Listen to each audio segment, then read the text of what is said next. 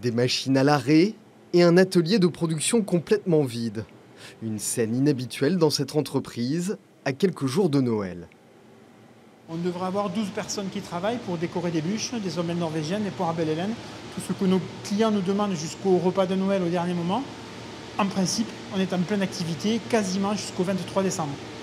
Et là, désormais, cet atelier, ça fait 10 jours qu'il n'a pas tourné. Cette entreprise audoise, spécialisée dans les glaces et les desserts, vend 98% de sa production aux restaurateurs. Mais depuis la fin octobre, les professionnels sont fermés et ne peuvent faire que de la vente à emporter. La compagnie des desserts, Céline, bonjour. Sur le plateau de vente, du coup, l'activité est au ralenti. Au lieu des 1000 appels quotidiens, les commerciales en traitent désormais une centaine. Les bons jours. Du coup, on avait beaucoup moins au niveau de l'effectif. On est obligé de gérer au jour le jour. Donc normalement, on est à peu près une trentaine entre ce plateau et le second. Et là, vous voyez, on est 4. Cet été, l'entreprise a pu rattraper une partie des ventes perdues lors du premier confinement.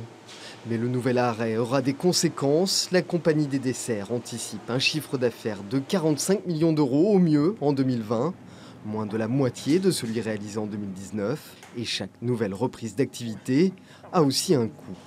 Ce sont des machines à taille raisonnable, mais qui malgré tout, avant d'être redémarrées, nécessitent un nettoyage assez conséquent, puisqu'on est sur une hygiène poussée. Et sensiblement, pour redémarrer cet atelier, on a besoin de 3 jours de nettoyage désinfection. En temps normal, 130 personnes travaillent pour la compagnie des desserts en Occitanie, 300 sur la France.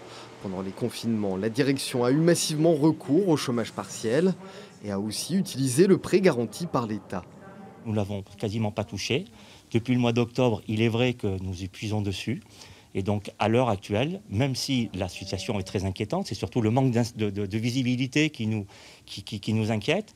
Aujourd'hui, nous pouvons encore continuer, même si rapidement, il va falloir qu'on ait une visibilité. La compagnie des desserts espérait se développer en 2020, mais le Covid en a décidé autrement. Aujourd'hui, l'entreprise réfléchit à une diversification pour ne pas être uniquement dépendant